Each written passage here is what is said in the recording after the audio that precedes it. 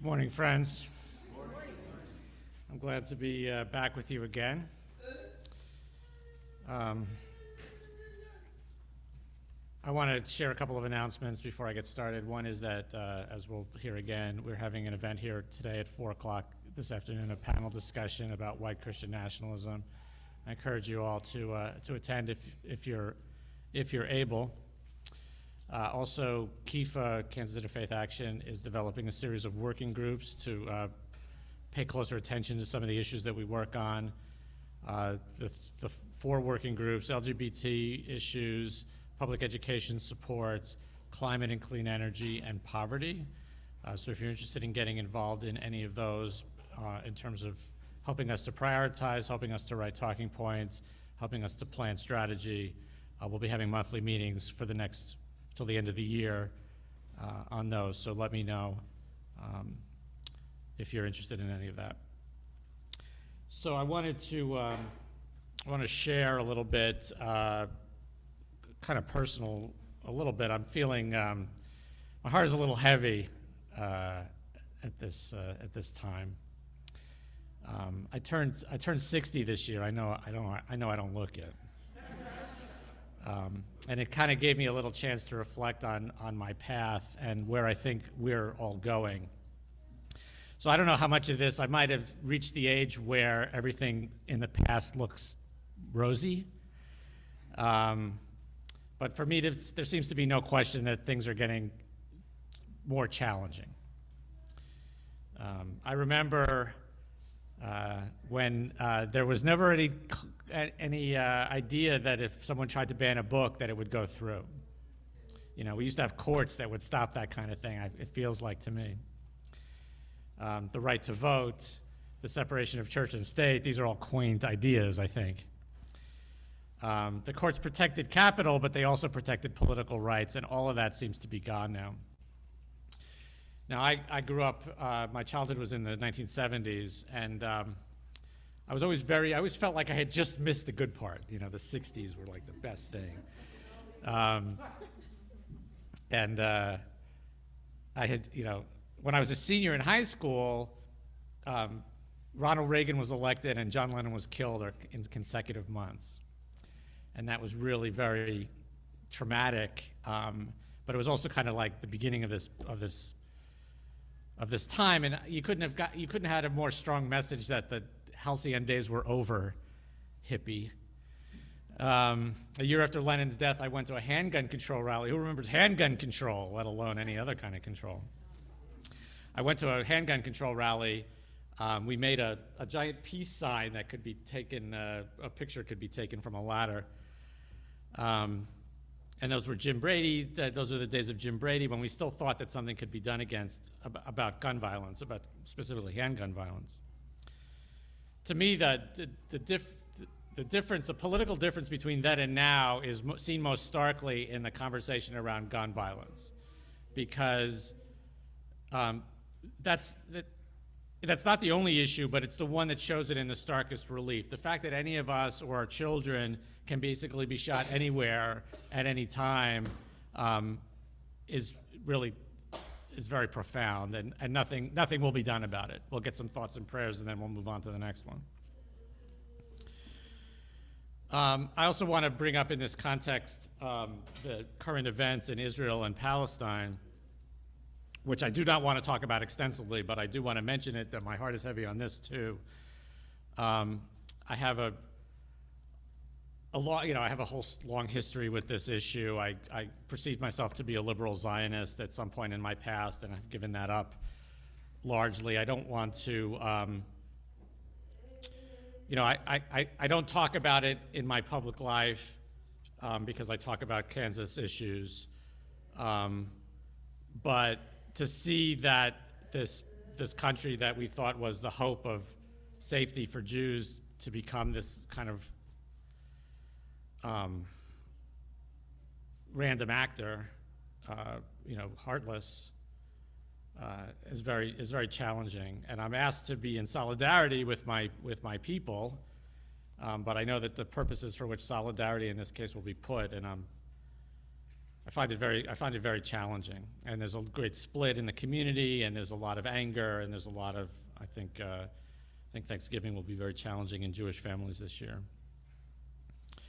And the Hamas attack, which was very traumatic, was just before John Lennon's birthday this year. And I posted, I didn't know what to say about it. I don't really want to say things about it. So I posted, "War is over if you want it," which is one of my favorite little graphics. And it's a challenge even to say that, because it seems so naive based on the times that we live in, and the differences between the times when that was put out and the times that we live in now. But a big part of me feels like it's precisely at times like these when these values that we've held as being so important are really vital for us to hold on to. I was in conversation with some clergy people in one of the small cities. So Kifa has this small cities project. Manhattan was one of them, but it wasn't in this city. And I mentioned, as I do, that some of the values that used to be fairly prominent don't seem to exist anymore, and one of them is the very concept of the public good. So one of the reasons Kifa talks about public education is because it's one of the few things that society pays for that it's of benefit to all, which is precisely why it's under attack.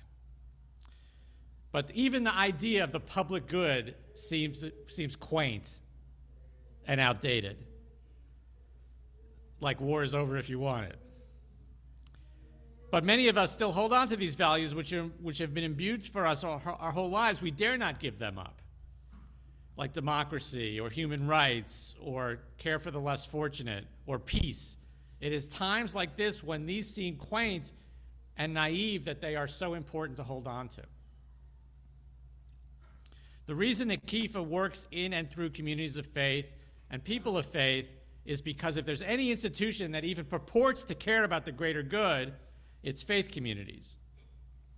Even if religious communities are in a period of decline, in large part because of the cruelty emanating from white supremacist religion and the inability of more moderate forms of religion to effectively stand up to it, I also strongly believe that spirituality and spiritual needs are an intrinsic part of humanity, of human nature, and that if they're not met with good forms of religion, then they will be met with bad. We meet many people who grew up in church, and they didn't leave because they stopped believing in the values they were taught. They left because the churches stopped living up to the values they were taught. My conversations with clergy often revolve around whether they should get involved, whether they can get involved in politics, quote unquote, without blowing up their churches. So Kayla has said to me that she thinks it's impossible for clergy to be both fully pastoral and fully prophetic, and I'm under no illusions about which side of the divide I'm on or which side most pulpit clergy need to be on. But my job is to get people in faith communities to be slightly more prophetic. So I think I'm going to start a campaign called You ever hear of 10% happier? I want to have 10% more prophetic. That's going to be my campaign. There are plenty of congregations, but I also believe that representing a faith community that is openly anti-racist, open and affirming, and fully creation conscious is not only good religion, it's good marketing. There are plenty of congregations that are fully living their mission to be on the other side of those issues. So why do we have to be circumspect about fully living into our values? So I say, be 10% more prophetic, and let's see what happens. We have to realize that we're in a period where a minority of Americans, supported by lavish funding from the 1% and myriad sources of misinformation and hatred, have captured the mechanisms of power, including the courts. They are perfectly willing to use their position to bolster their power, and if we take them at their word, to destroy those who oppose them, whether legally or with violence. And they are utterly convinced that God is on their side. We have to remember that this country basically spent 150 years trying to cut the head off any kind of organized progressive movement. Even today, when virtually all political violence comes from the right, the political system and the policing system focuses on the left. The use of political protest is charged as terrorism. The extra-legal mechanisms that have been used historically, such as direct action and civil disobedience, are being crushed legally. And a significant part of the political system has vilified the term woke, which means anti-racist, in case you were wondering. This is Red Scare politics, and it has a history of success in this country. Yet I think about the 19th century, when robber barons ran the economy, Jim Crow was ascendant in North and South, and state violence was used to crush labor movements and other social justice movements. Yet only 30 or 40 years later, we had the New Deal and the heyday of industrial unionism. The long arc of history, we mentioned the long arc of history in adult education this morning, and we were saying we always like to think that it was going to bend by itself, but it doesn't. But when it bends, it can bend quickly. And that's something that we should always keep in mind. There are three aspects of the work that we do which we must always keep in mind. First is the actual political change piece. How do we make the work we do count in terms of material benefit for people in need? The second is our own self-care. Building for the long haul. How do we maintain our equilibrium enough to be able to continue this very difficult work through very difficult times? And third is building those social bonds, those bonds of mutual care and concern. How do we build resilience in the face of climate disruption? How do we build solidarity in the face of genocidal suppression of trans identity? How do we defend ourselves and each other from armed MAGAs full of white resentment and self-righteousness? These are the best parts of faith communities, but must not rely only on faith communities, which by their nature are not multicultural enough to reflect the world we want to build. We have to be clear about what we believe. We believe that everyone is created in the image of God, that everyone has the right to equal treatment under the law. We believe and we work toward a multiracial, multicultural democracy where everyone has what they need to survive and thrive: food, housing, healthcare, meaningful work, functional democracy. We do this work not because we think it will be easy or even that we'll live to see the results. We do this work because we still believe that the moral arc of the universe bends towards justice, and that, God help us, all we need is love. This is not optimism, and it's not hope. It's faith. The belief in things not seen. We do this work because we believe that the world can be a better place and that we can help to make it so. We ask God to help us in this work, and we find God in the work and in each other. That's the most Jewish thing about me, which I'll say in church here. The most Jewish thing about me is my steadfast belief that the world can be a better place and that we can help to make it so. Traditional Judaism has a very strong belief in the coming of the Messiah, and there's something we say on Passover. It says, Ani ma'amin be'emuna shlema b'viat HaMashiach ba'af al pisha mitchayeh im kol zeh ekechach lo. It means I believe with a full belief in the coming of the Messiah, and even though he tarries, yet I will wait. So we think that Messiah hasn't come yet. I want to establish that, but you get the idea. Which more liberal traditions, including mine, think of as not as an individual Messiah, but as a messianic age.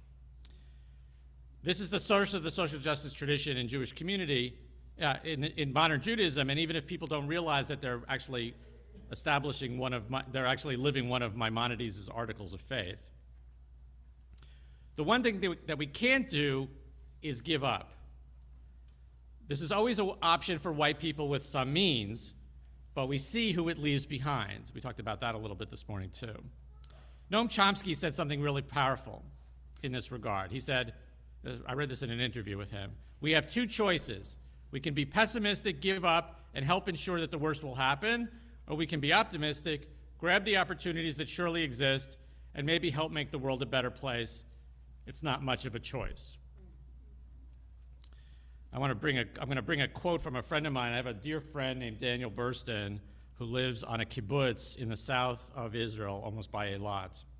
And he wrote a blog post this week about Psalm 120, and Psalm 120 says, at the end of it, it says, I've dwelt for so long among the tents of the east.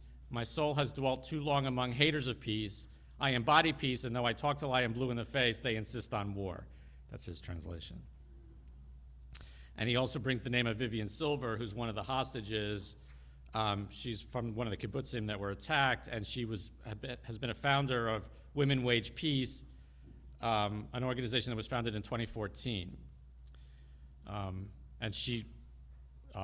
we believe that she would not support indiscriminate bombing, even for the sake of her own return. But I think that the quote that I want to bring, or the thing that I want to focus on is, I lived too long among haters of peace, I embody peace, and though I talk till I am blue in the face, still they insist on war.